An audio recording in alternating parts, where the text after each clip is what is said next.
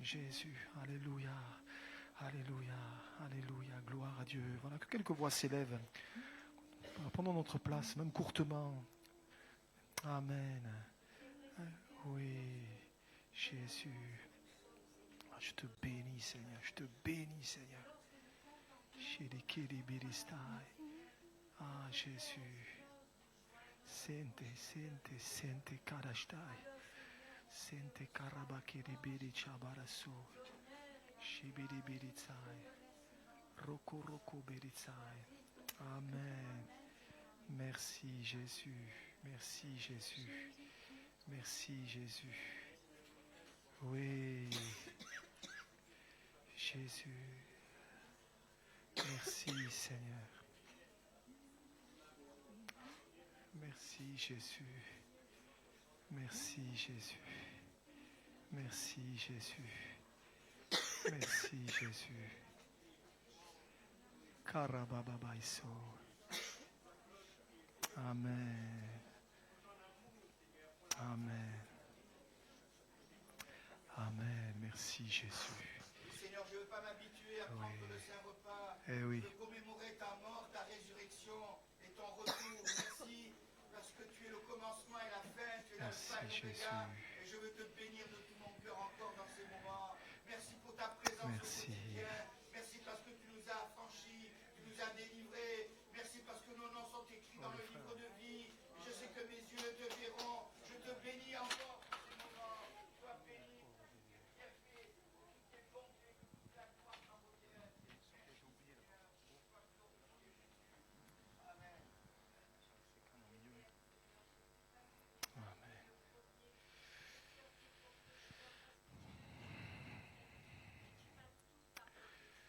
Merci, Jésus. C'est pas devant qu'il faut les mettre, c'est dans la... Ouais. Amen. Amen. Jésus. Amen. Juste reprendre à l'agneau de Dieu, juste ça. Amen, Jésus. Jésus. Merci, Jésus. Oui. Amen. Merci, Jésus. Merci.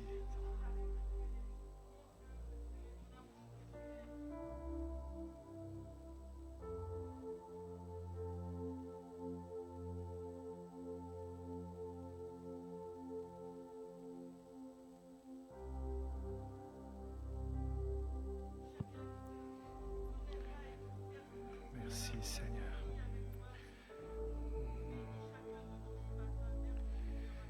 Amen. Amen. On va reprendre une dernière fois juste le refrain. À l'agneau de Dieu soit la gloire. Et ce matin, le Seigneur voudrait parler à quelqu'un de manière très, très simple mais très claire. Il y a des choses, tu sais très bien que tu dois les mettre en règle et tu ne le fais pas. Dieu t'a parlé plus d'une fois. Dieu t'a interpellé plus d'une fois de diverses manières. Tu t'es senti interpellé et tu sais au fond de ton cœur qu'il y a des choses qui ne sont pas droites, il y a des choses qu'il faut que tu règles, que tu régularises, mais pour X raison tu ne le fais pas. Ce matin, dans son amour, Dieu t'interpelle. Et Dieu voudrait simplement te dire, hâte-toi. Hâte-toi de mettre ces choses en règle. C'est pour toi, c'est pour ton salut que Dieu te le dit. C'est justement pour que tu puisses aller plus loin. Et tant que tu résisteras, tant que tu ne mettras pas ces choses en règle, et tu le sais au fond de toi, tu le sais, et tu ne pourras pas avancer, tu seras toujours entre deux eaux, un coup tu te sentiras bien, un coup ça ira pas. Mais parce que le Seigneur veut vraiment que tu mettes ces choses en règle. Il va t'aider, il va faire les choses que toi tu ne peux pas faire, mais la décision c'est à toi à la prendre. Et c'est toi à mettre les choses en place. Et alors tu vas avoir les choses autour de toi qui vont commencer à revenir comme tu voudrais qu'elles soient. Mais ce matin, Dieu t'interpelle, hâte-toi de mettre ces choses en règle. Tu le sais au fond de toi. Et tu sais exactement de quoi Dieu veut parler, parce qu'il t'a déjà parlé plus d'une fois. Alors ce matin, fais-le. Prends la décision et mets-le en œuvre. Ne sois pas simplement là à dire oui, je vais le faire, mais mets-le en œuvre. Et Dieu va te bénir. Amen. Amen. Amen. Alléluia. Amen. Amen, amen, amen. peut comme une dernière fois reprendre juste ce refrain, comme une louange, comme une reconnaissance, tous ensemble.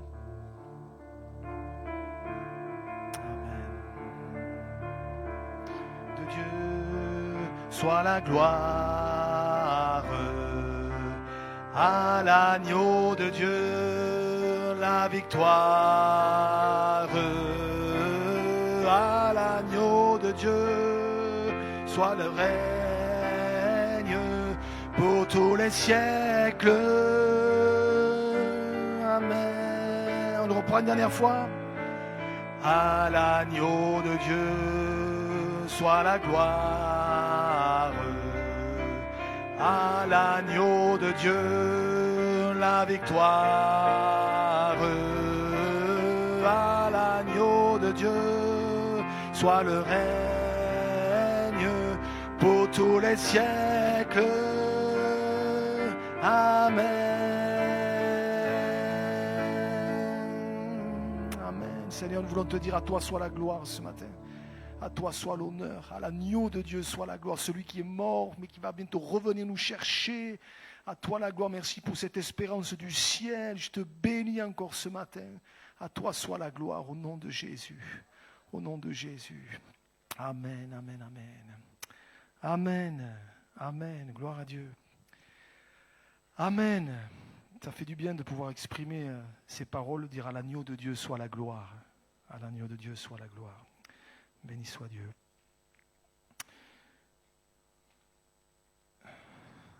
C'est pas dans mes habitudes, mais tout à l'heure, il y a quelques instants, j'ai partagé une parole que Dieu m'a donnée. Mais peut-être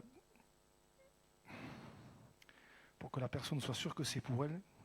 Alors, il y a une chose que je n'ai pas dite, que je vais rajouter, c'est que cette personne elle a besoin d'aller voir quelqu'un et de demander pardon à quelqu'un. Et parmi les choses qui ont besoin d'être mises en règle, il y a ça. Et c'est pour ça que justement, cette personne freine des quatre fers. Mais vraiment, je ne sais pas à qui ça s'adresse, mon frère, ma soeur, fais-le. Fais-le. Et Dieu te bénira. Dieu te bénira. Amen. Gloire à Dieu. Je vous fais quelques annonces avant d'ouvrir la parole. Très rapide, très rapide. Hein. Donc les réunions se poursuivent, il n'y a rien qui change à ce niveau-là. Pensez à prendre vos calendriers, je l'ai dit dimanche dernier, les calendriers, l'abonnement Pentecôte, pensez à aller vous abonner pour 2025, vous allez voir Valérie ou Christelle. Et puis il y a également, comme chaque année à cette période-là, le dépôt-vente de Noël, il y a de la littérature pour les enfants, pour les adultes. Donc vous allez voir nos deux sœurs là-bas et vous faites le nécessaire. Mais pensez ceux qui ont commandé les calendriers, allez les chercher, que les sœurs n'aient pas besoin de vous courir derrière. Hein, c'est important. Et puis la dernière annonce, ça a été dit dimanche dernier, ça fait 2 dimanches que c'est dit. Le samedi 30 novembre aura lieu ici la rencontre entre les aînés et les enfants à 15h30, avec un petit goûter, etc., etc. Mais il faut s'inscrire. Donc les aînés, c'est quoi? Alors on a dit à partir de 65. Bon, si vous avez 64, c'est pas grave. Même 63, allez, c'est bon. 45, non. Hein. Voilà, donc pensez à vous inscrire pour que les organisateurs puissent vraiment bien ficeler les choses. Vous avez la feuille sur le tableau de publication, il y a déjà des noms qui sont inscrits. Mes frères et sœurs qui sont concernés, les aînés, vous pensez à aller vous inscrire au fond, mettre votre nom, votre prénom. Il y aura cette rencontre avec les tout petits, entre les tout petits et les aînés. C'est intergénérationnel. Voilà. Il y a un petit goûter, il y aura un petit moment spirituel. Vous allez faire des choses avec les enfants, et je pense que c'est bien. Donc, samedi 30 novembre, ici, à partir de 15h30 jusqu'à 17h30 pendant 2 heures. Et je pense que c'est bien d'avoir un moment fraternel avec toutes les générations. Hein. Voilà. Si vous voulez des détails, vous allez voir Gaëtan, ou vous venez me voir à la fin et on vous en donnera. Mais surtout, pensez à vous inscrire. Hein. Merci beaucoup. Et puis, on va le dire quand même parce que c'est bien. Notre sœur Mathilde, elle ne sait pas ce que je vais dire là, mais notre sœur Mathilde, elle a eu 90 ans dimanche dernier, la semaine dernière. Donc que notre Dieu bénisse notre sœur. Alléluia. Voilà. Hein, gloire à Dieu. Que Dieu bénisse notre sœur. Hein. Alléluia. Voilà. Et vous inquiétez pas, dans 10 ans, on fera les 100 ans. Hein. Gloire à Dieu. Gloire à Dieu. À moins que Jésus soit revenu, ce qui ne sera pas plus mal. Hein.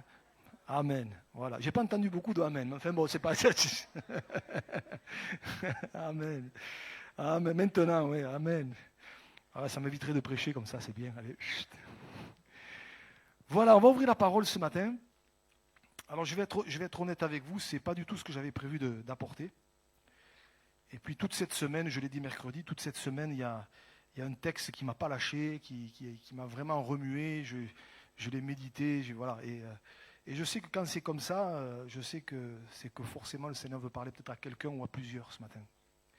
Et je suis convaincu, je ne suis pas prophète, mais je suis convaincu que peut-être ce qu'on va partager, je vais essayer d'être le plus simple possible, je ne vais pas être long non plus, mais je suis convaincu que peut-être ça va peut-être parler par rapport à des situations qui sont là ce matin. En fait, je voudrais lire en introduction, avant de le mettre, 2 versets. Justement, Marc a lu dans Ésaïe, qui sont dans Ésaïe aussi, 2 versets que pour la plupart d'entre nous, nous connaissons. Ouais, quand vous allez voir, quand on va les lire, on va dire « Ah oui, je connais ces 2 versets ». Mais en fait, ces 2 versets, je les ai redécouverts. Et je ne l'avais pas vu de cette façon-là.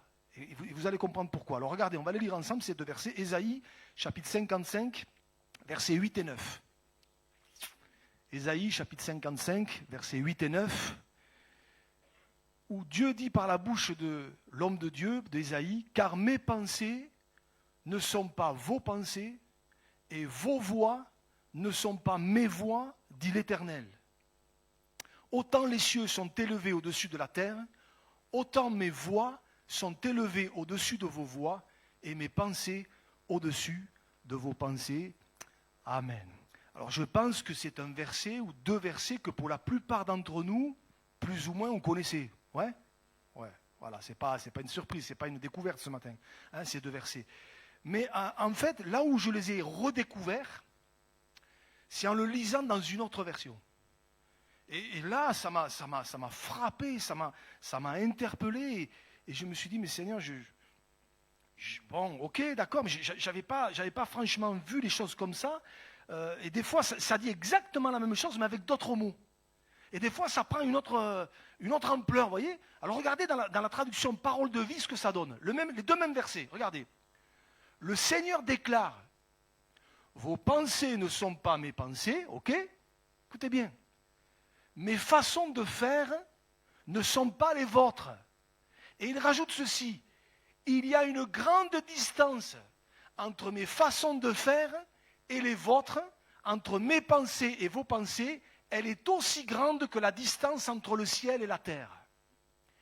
Et lu comme ça, j'ai fait comme ça. Vous voyez ? J'avais l'impression de redécouvrir ces deux versets que je connaissais, que j'ai lus des dizaines et des dizaines, pour ne pas dire des centaines de fois. J'ai même prêché déjà sur ces versets-là. Mais en relisant dans cette traduction-là, je me suis dit, mais c'est incroyable la richesse qu'il y a dans ces versets. Et je me suis fait la réflexion, il y en a, on va en voir quelques-uns rapidement, mais il y a au moins une histoire dans la Bible qui image ce qu'on vient de lire parfaitement. Mes façons de faire ne sont pas les vôtres. Il y a une grande distance entre mes façons de faire et les vôtres. C'est l'histoire de la résurrection de Lazare. Jean chapitre 11, vous connaissez un petit peu le contexte.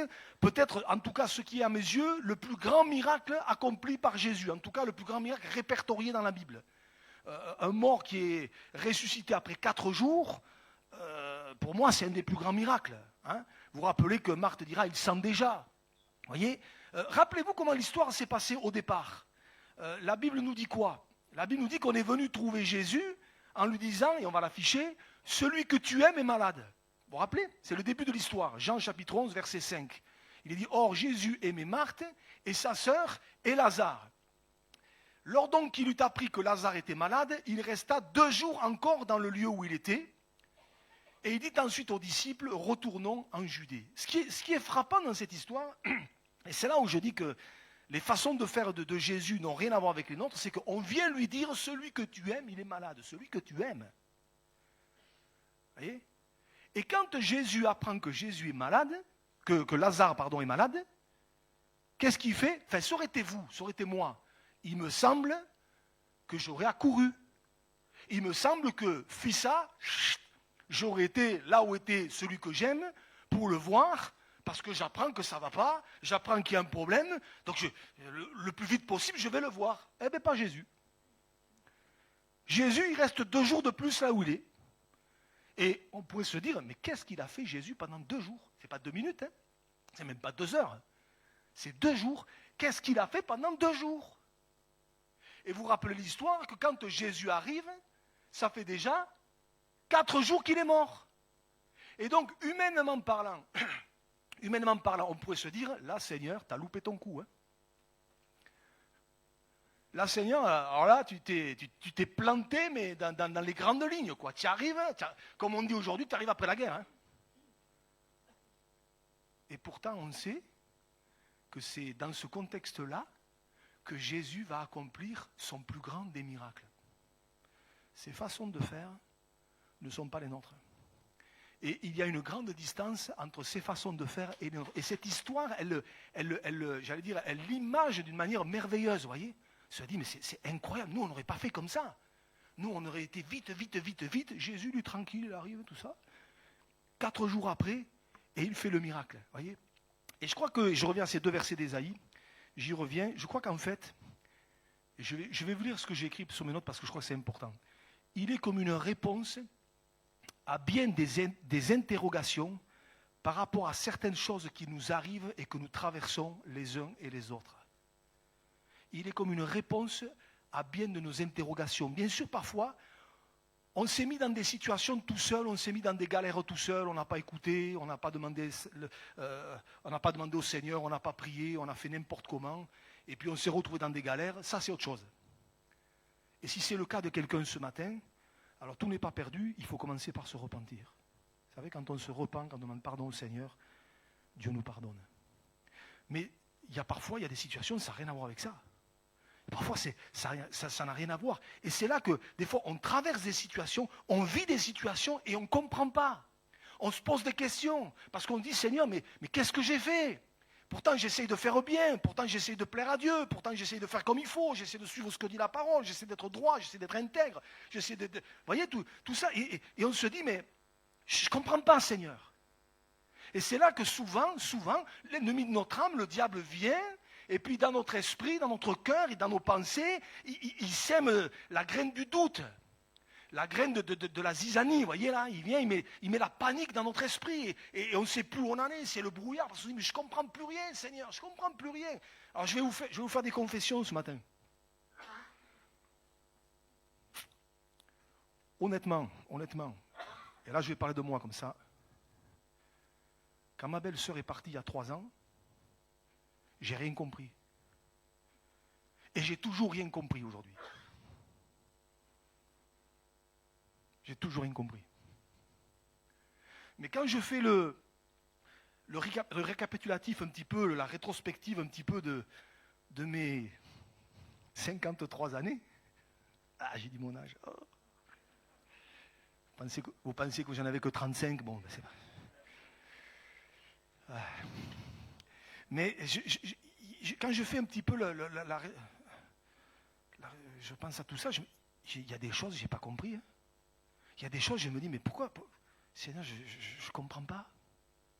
Je ne comprends pas et encore aujourd'hui, je ne comprends pas. Mais ce texte d'Ésaïe, là, il est comme un baume sur mon cœur. Et je voudrais qu'il soit comme un baume sur ton cœur ce matin.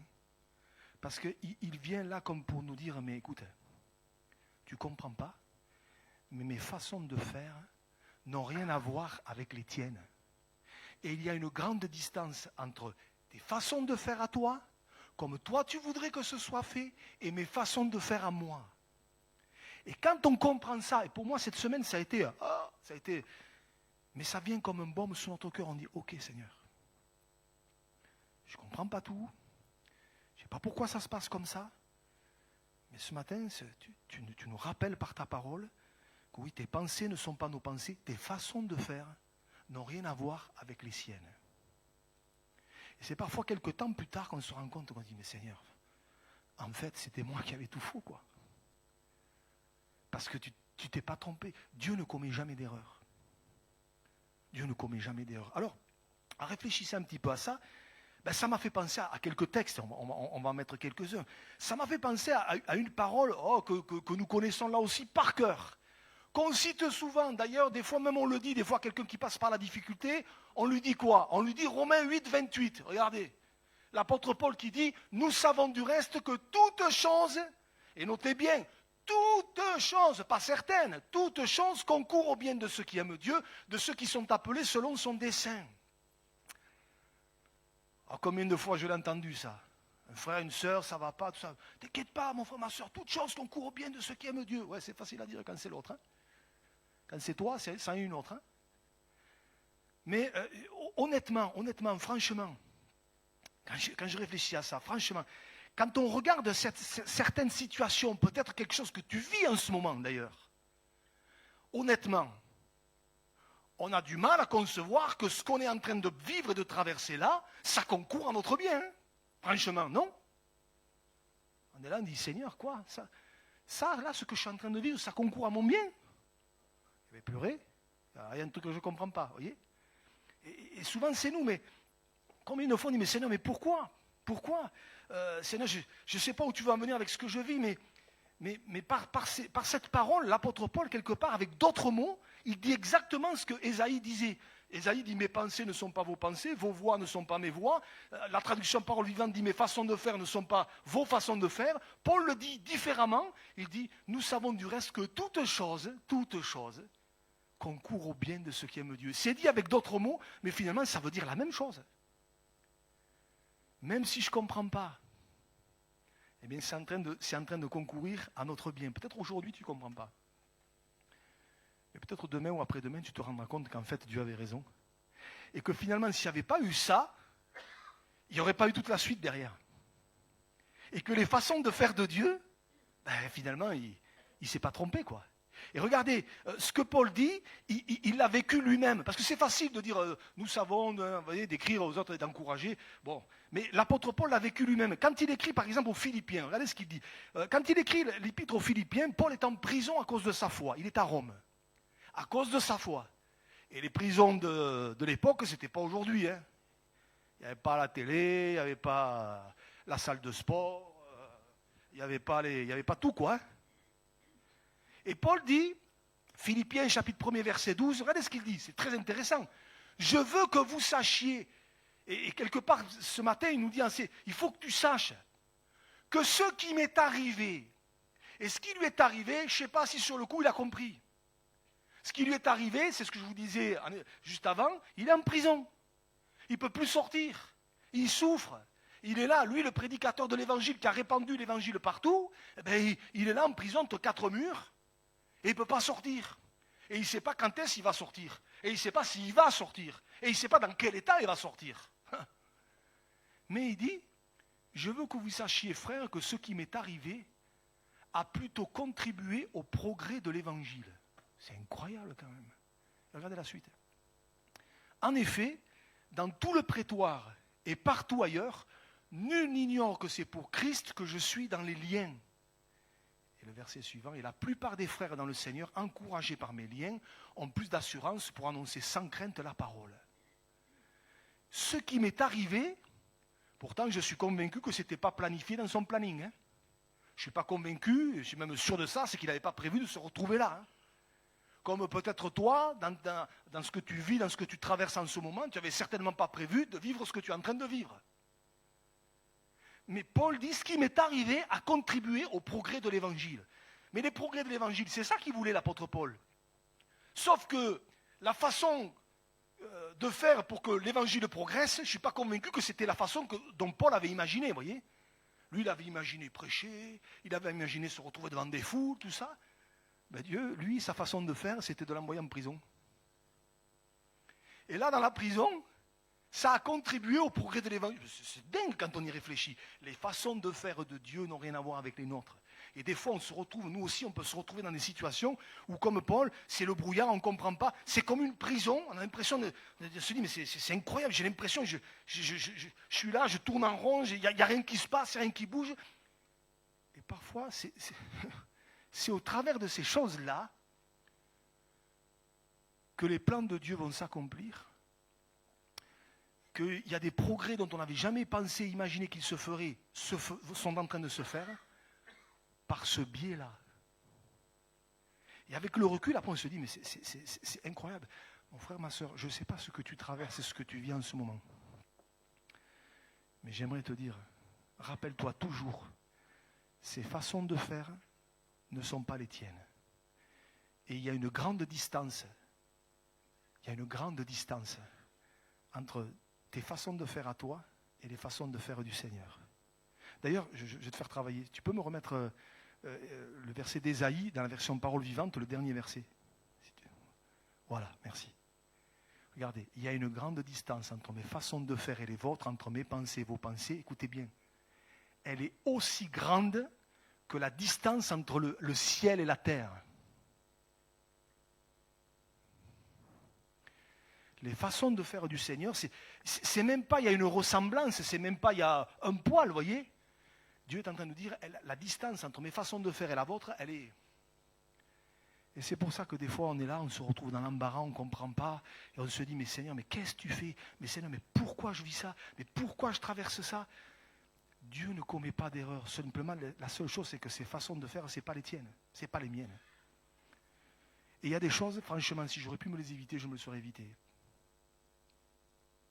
Mais Dieu sait où il va. Et toute la Bible est comme ça. Toute la Bible est comme ça. Je parlais hier aux jeunes, entre autres, il n'y a pas que ça, mais l'histoire de Joseph. On aime bien Joseph qui se retrouve tout là-haut, deuxième après Pharaon. Waouh, super! Aujourd'hui, on dirait Premier ministre. Ouais, mais pour en arriver là, il a dégusté le garçon. Hein. Il est passé plus par des bas que par des hauts. Hein. Et il s'est retrouvé vendu par ses frères. Mais vous imaginez? Ses propres frères qui l'ont... Mais rien que ça. Mais ça vous broie.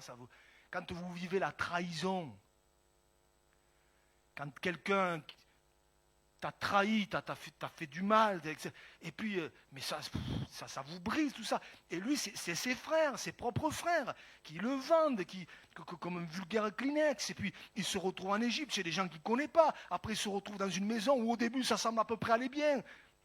Et puis après, il y a l'histoire avec cette femme, Madame Potiphar, vous vous rappelez? Il refuse de coucher avec elle. Après, à cause de ça, il descend encore plus bas. Il ne fait que descendre. Peut-être qu'il y a quelqu'un ce matin, tu as l'impression que tu ne fais que descendre. Et il se retrouve en prison, hein, allez, ça continue. Peut-être il se disait, mais ça continue, mais ça va s'arrêter quand la descente là? Et ça continue, et ça continue. Et il se retrouve en prison. Et puis là, il y a une amélioration. Vous voyez, bon, le chef de la prison, lui, il trouve grâce auprès de cet homme. Et puis après, là, il y a l'histoire de l'échanson et du panetier. Vous vous rappelez, les deux songes, là, je ne rentre pas dans les détails, Joseph qui explique les deux songes, et puis il dit à l'autre, quand Dieu t'aura relevé, etc., quand les choses se sont passées comme je te l'ai dit, ne m'oublie pas. Hein. Et allez, une deuxième fois encore oublié. Vous imaginez, ça a dû lui rappeler ce qui s'était passé avec ses frères. Ses frères l'ont vendu, l'autre il m'a oublié, il dit. Et ça dure encore 2 ans. Mais... Et puis, comme par hasard, à l'anniversaire de Pharaon, il a un songe, etc. Et là, tout d'un coup, l'autre, il se rappelle. Ah, mais je me rappelle, il y avait un gars en prison, et puis l'histoire se retourne. Mais pour que l'histoire se retourne, il fallait qu'avant, il y ait toutes ces péripéties avant.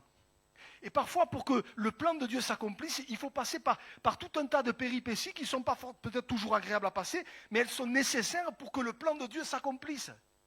Et c'est pour ça que Dieu nous dit, mais mes façons de faire, elles n'ont rien à voir avec les vôtres. Et c'est ça qu'on a besoin, j'ai besoin de réaliser. Seigneur, je ne comprends pas tout, mais je veux te faire confiance parce que moi, si moi je faisais, c'est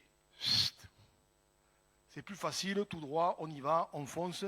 Je suis là, je veux aller là-bas, donc on y va. Mais Dieu, c'est pas comme ça que ça marche. Hein. Pas comme ça que ça marche. Je pensais à un autre texte, tiens, toujours l'apôtre Paul. Vous vous rappelez sa fameuse écharde? On ne va pas polémiquer ce matin sur c'était quoi l'écharde. Hein. Mais qu'est-ce que dit Paul? Regardez, 2 Corinthiens chapitre 12, versets 8 et 9. Très intéressant ce qu'il dit. 3 fois j'ai prié le Seigneur de l'éloigner de moi. On va lire ce verset. Hein. 3 fois j'ai prié le Seigneur de l'éloigner de moi. Je pense que Paul a prié avec foi, non? Avec conviction, de tout son cœur. Et quand je réfléchissais à ça, je me dis, mais combien de fois nous, pour une situation, un problème, on a prié?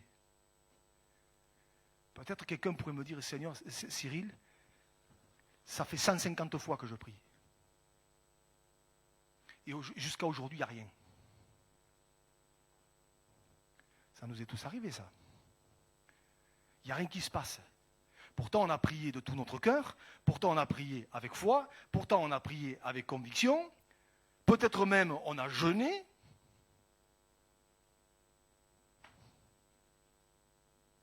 Et quand on est dans ce genre de situation, vous pouvez y aller. Vous allez toujours trouver sur la toile des gens qui vont vous expliquer comment il faut prier. Comment prier pour voir la gloire de Dieu? 3 clés de la prière pour la gloire de Dieu. Et puis alors vous êtes là, vous dites, je dois avoir un problème, vous cherchez. Oui. Paul dit, 3 fois j'ai prié le Seigneur de l'éloigner de moi. Et la suite du verset dit, et il m'a dit, ma grâce te suffit, car ma puissance s'accomplit dans la faiblesse. Nous, la faiblesse, on n'en veut pas. Moi, le premier. Ma puissance s'accomplit dans la faiblesse. Je me glorifierai donc bien plus volontiers de mes faiblesses, afin que la puissance de Christ repose sur moi. Autrement dit, Paul ne s'offusque pas. Dieu est en train de lui dire, écoute, tu me demandes, tu pries pour ce problème, cette écharde. Voilà ce que moi je te dis, ma grâce te suffit, car ma puissance s'accomplit dans la faiblesse. Et Paul dit, ok, il ne s'offusque pas, il accepte la façon de faire du Seigneur. Tu le veux comme ça, Seigneur? Ok. Et je me dis, mais je ne sais pas peut-être ce matin pourquoi tu pries depuis longtemps, mais je t'encourage à continuer de prier. Mais après, souviens-toi, que les façons de faire du Seigneur, après, elles sont différentes des tiennes. Ma grâce te suffit. Je suis convaincu que ce n'était pas forcément ce qu'il avait envie d'entendre. Hein. Peut-être ce matin, ça veut te dire, ma grâce te suffit. Je suis là. Déjà rien que ça, merci Seigneur, je sais que je ne suis pas seul. Ma grâce te suffit. Ma puissance s'accomplit dans la faiblesse. Oui, c'est dans cette situation-là, c'est dans cet état-là que je vais pouvoir t'utiliser. Oh Seigneur, non, redonne-moi de l'heure. Oui. Mais ça nous dit non. Et Paul dit, ok. Il ne se braque pas, il ne dit pas, puisque c'est ça, je quitte l'église. Il ne dit pas, puisque c'est ça, je change d'église. Je me glorifierai donc bien plus volontiers de mes faiblesses. Waouh. Et ce matin, moi je ne sais pas, mon frère, ma soeur, pourquoi Dieu fonctionne, comment il fonctionne avec toi en ce moment, mais je sais une chose, c'est que ses façons de faire ne sont pas les nôtres. C'est tout. Et quand on a compris ça, quand on a assimilé ça, alors ça nous permet de dire, ok Seigneur, je ne comprends pas tout, mais je te fais confiance. Je te fais confiance. Parce que je pensais aussi à une parole de Jésus. Et là aussi, quand je réfléchissais à ça, je me disais, mais c'est pareil. Pourtant, ce verset, on le connaît. Regardez, Jean chapitre 15, verset 2, le cep et les sarments, on connaît tout ça. Et Jésus dit, tout sarment qui est en moi et qui ne porte pas de fruit, il le retranche. Et tout sarment qui porte du fruit, il l'émonde, afin qu'il porte encore plus de fruits. Et je me faisais cette réflexion. En général, avec nos enfants, et nos petits-enfants, quand on en a, avec nos enfants, si on peut leur enlever toutes les difficultés, tous les obstacles, on va le faire. C'est pas vrai. Si on peut leur éviter certaines choses, si on peut leur éviter certains problèmes, et souvent, j'ai cette image, ils sont là, nos enfants, et puis ils marchent, et puis si on peut leur déblayer la route pour qu'ils ne tombent pas, pour qu'ils ne se fassent pas mal, on va le faire, parce que c'est nos enfants et parce qu'on les aime. Et parce que des fois, on ne veut pas qu'ils fassent les mêmes bêtises que nous. Alors tout ce qu'on va pouvoir leur éviter, comme difficulté, comme souffrance, on va tout faire pour leur enlever. Vous voyez ? Le Seigneur ne fonctionne pas toujours comme ça. Et il dit ici, tout sarment qui porte du fruit, il l'émonde, afin qu'il porte encore plus de fruits. Et parfois, le Seigneur, pour nous amener plus loin, pour nous faire grandir, pour nous faire mûrir, il permet qu'on passe par des situations où, permettez-moi cette expression, ça pique. C'est pas évident, ça fait mal. Mais il est en train, au travers de ça, de nous émonder. Il est en train, au travers de ça, quelque part, de nous dépouiller de notre moi, de notre orgueil, de notre suffisance. Et là, je parle pour moi. Il est en train de... voyez, et ça fait mal. Et des fois, on dit, mais Seigneur, mais... Et je me dis, et si peut-être, plutôt ce matin, que de voir ce qu'on est en train de traverser de manière négative, si peut-être on le voyait comme une manière que Dieu utilise pour nous émonder. Et c'est là qu'on se dit, tiens, mais avec nos enfants, nous souvent, on a tout ce qu'on peut leur éviter. Mais Dieu, lui, parce qu'il nous aime et qu'il veut nous amener plus loin, lui, sa façon de faire, c'est de nous émonder afin qu'on porte encore plus de fruits. Et si parfois il faut passer par certaines choses où quelque part ça va un peu piquer, il va couper, il va enlever, mais pour que ça porte encore plus de fruits, mais il va le faire. Il va le faire. Afin qu'on porte encore plus de fruits. Alors, que personne dise ce matin, bon alors Seigneur, moi alors, juste un petit peu de fruits, ça m'ira. Non. Seigneur, que ma vie porte encore plus de fruits. Que ma vie porte encore plus de fruits. Il y a une grande distance entre mes façons de faire et les façons de faire du Seigneur. Voyez. J'aurais pu parler de ce texte d'Ésaïe que Marc a lu tout à l'heure. La façon de faire du Seigneur, franchement, donner son Fils sur la croix. Pensez pas qu'il y avait une autre manière de faire. Enfin, je ne sais pas moi, nous, ça aurait été nous. La croix, ce qui est le plus abject, ce qui est le plus horrible, tout ce que vous voulez. Et il a fallu que Jésus passe par la croix. Il a appris l'obéissance par les choses qu'il a souffertes. Et je me dis, mais Seigneur, pourtant c'était ton Fils. Voyez les façons de faire du Seigneur. Nous, mais jamais on aurait fait ça, nous. Je sais pas, moi j'aurais sacrifié des anges, ou je sais pas, moi, quand je réfléchis, mais pas mon Fils, quoi. Voyez les façons de faire du Seigneur. Et puis je termine. Il y a un chapitre dans la Bible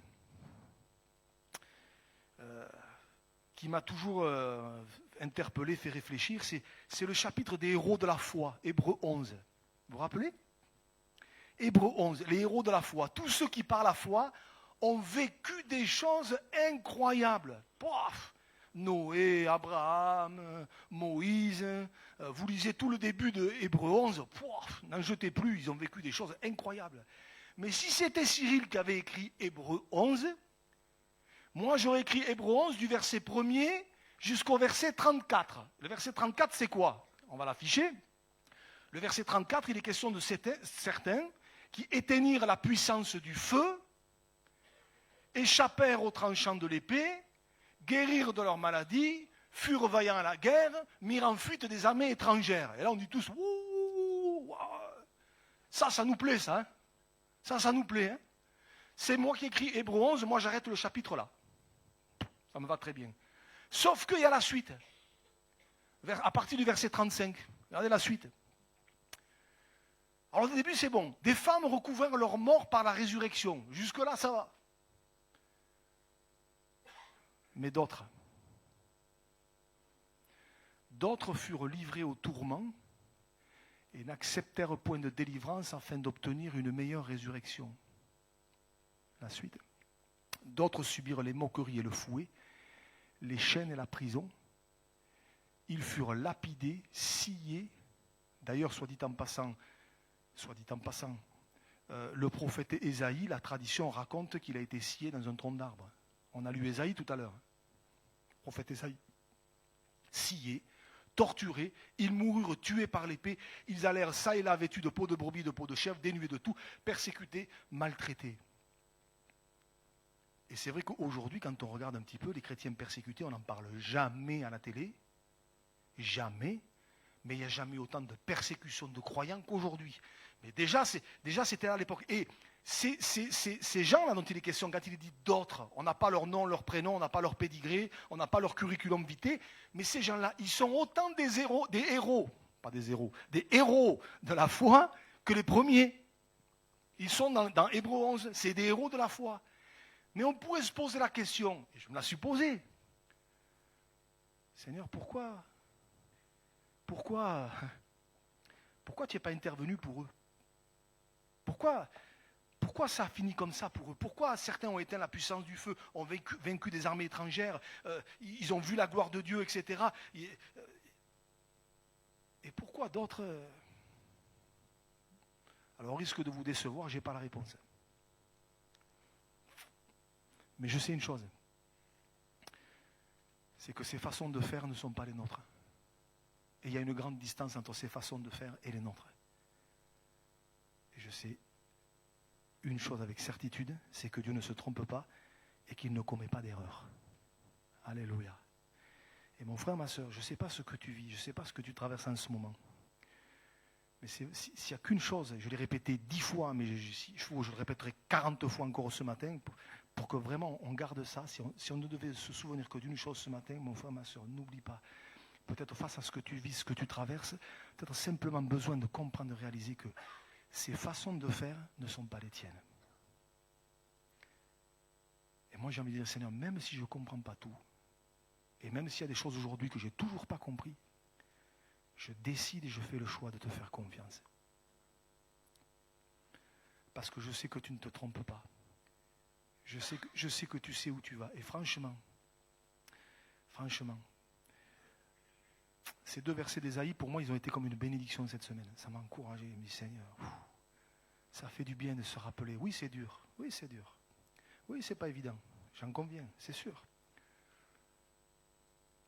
Mais je pensais à ce verset.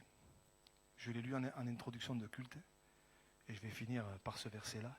Je pensais, parce qu'il ne faut pas l'oublier, la finalité, ce n'est pas ici-bas. La finalité, ce n'est pas ici-bas. Notre finalité, ce n'est pas ici-bas. Et c'est pour ça que Paul dit, j'estime que les souffrances du temps présent. Pourtant, s'il y en a un qui a souffert, c'est lui. Je ne sais pas s'il a toujours tout compris par où il est passé. Il a été lapidé, il a été laissé pour mort à un moment donné, vous vous rappelez? Les frères l'ont entouré, il s'est relevé, il y a eu un miracle, là, il s'est passé quelque chose. Vous voyez, quand on voit mais tout ce qu'il a traversé, et tout ça, ça a contribué à la gloire de Dieu, à des conversions, à des choses incroyables, extraordinaires. D'ailleurs, tiens, quand je pensais à ça, ça m'a fait réfléchir. Étienne le martyr, Étienne le premier martyr. Vous vous rappelez que quand il a été lapidé, il a vu la gloire de Dieu. Oh, il a vu Jésus debout. Il vit un truc de fou là. Et il est lapidé. Il se dit, mais Seigneur, le gars, il accomplissait des miracles, il faisait des choses incroyables, etc., etc. On se dit, mais Seigneur, mais pourquoi tu fais rien? Et vous vous rappelez que là, il y avait un jeune homme qui était là. Saul de Tarse. Qui était là. Qui a apporté son suffrage aux autres. Qui était d'accord. Et moi, je suis convaincu, alors ce n'est pas écrit, mais je suis convaincu que les premières graines, les premières prémices de l'évangile dans son cœur, elles ont commencé là, quand il a vu cet homme se faire massacrer, et qu'il est resté fidèle, et qu'il a dit, je vois la gloire de Dieu, je vois Jésus debout. Je suis convaincu que c'est là que ça a commencé dans son cœur. Ça a commencé dans son cœur. Il y a des choses qui ont commencé à se passer. Il y a des fois des choses, on se dit, mais Seigneur, ça nous semble terrible, et parfois, c'est souvent les méthodes de Dieu, les façons de faire de Dieu, ça ne s'explique pas. C'est souvent par ce biais-là que Dieu accomplit ses plans. Et ce matin, je voudrais que ça puisse nous encourager, mon frère, ma soeur. Rappelons-nous quand même que la finalité, ce n'est pas ici-bas, c'est le ciel.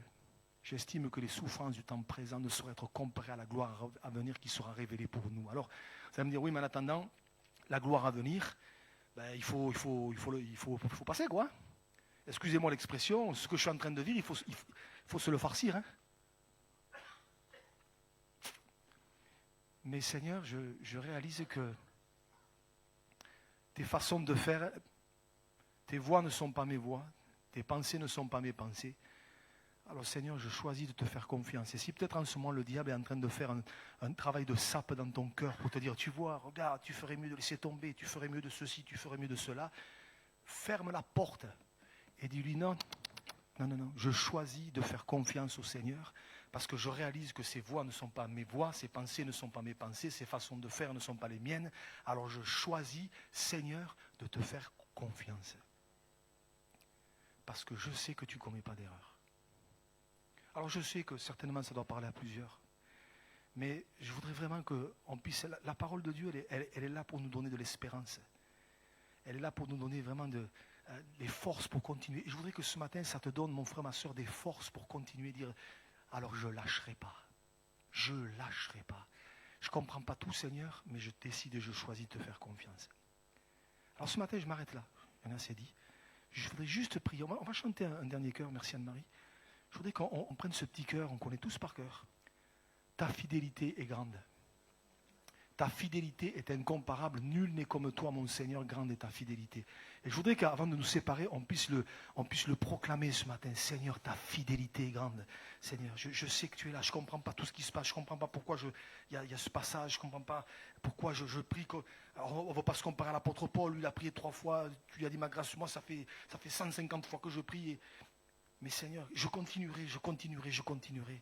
Parce que je sais que tes façons de faire, Seigneur, c'est les meilleures. C'est les meilleurs. Les nôtres, nous, chaque fois qu'on a voulu faire par nous-mêmes, ça a été la cata. Hein. Donc Seigneur, je préfère te laisser faire, même si je ne comprends pas, sachant que nous ne serons pas tentés, éprouvés au-delà de ce qu'on peut supporter. Amen. Seigneur, ce matin, je te prie vraiment, Seigneur, de nous aider à laisser ta parole descendre au fond de nos cœurs. Et je veux proclamer avec mes frères et sœurs que ta fidélité, elle est grande. Elle est grande. Même si je ne comprends pas tout, Seigneur, merci parce que je sais que tu tiens nos vies dans tes mains. Et je te prie pour tous mes bien-aimés qui passent, qui traversent des situations compliquées, pour que vraiment, Seigneur, tu les aides. Tu nous rappelles ce matin cette grande vérité, c'est vrai. Et Seigneur, je veux la serrer sur mon cœur, Seigneur. Et te dire merci parce que, Seigneur, elle me permet de faire un pas de plus avec toi. Seigneur, merci parce que, Seigneur, tu veux nous faire porter encore plus de fruits. Alors que tu puisses nous émonder, m'émonder encore. Afin, Seigneur, que ta vie, Seigneur, puisse prendre de plus en plus de place en nous, en moi. Seigneur, à toi la gloire. Au nom de Jésus. Au nom de Jésus. Je ne vais pas faire d'appel ce matin. C'est entre nous et le Seigneur. Je voudrais simplement juste qu'on garde ça. Tu peux commencer à jouer, vas-y. Je voudrais juste que cette parole, on puisse la prendre ce matin et dire, Seigneur, je veux la déposer dans mon cœur. Et je veux la garder là comme une source vraiment d'espérance. Dire, Seigneur, alors je choisis de te faire confiance. Oui, moi je voyais les choses d'une certaine façon. Toi tu les vois d'une autre façon. Mais toi tu vois d'en haut. Tu vois mieux que moi. Alors Seigneur, je choisis de te faire confiance. Amen, amen. On peut prendre ce chant vraiment comme une prière.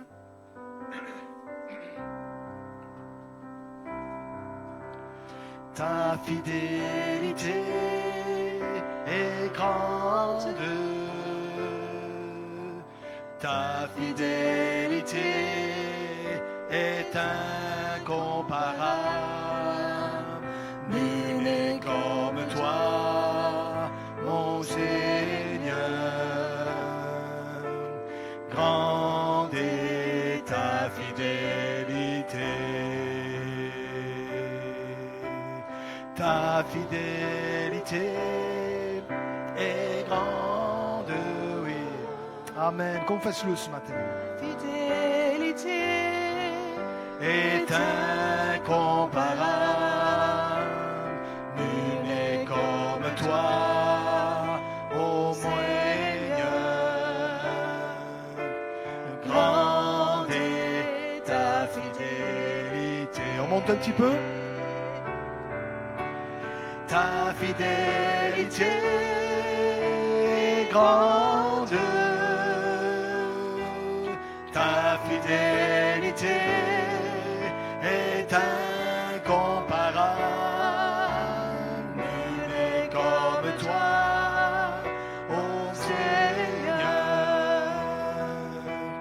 Grande est ta fidélité. Juste avant de terminer, je voudrais juste qu'on fasse un petit quelque chose, simplement, dans la simplicité. là où on est, sans bouger, peut-être juste avec celui qui est à côté de vous, priez pour lui, simplement, à côté, à droite, à gauche, devant.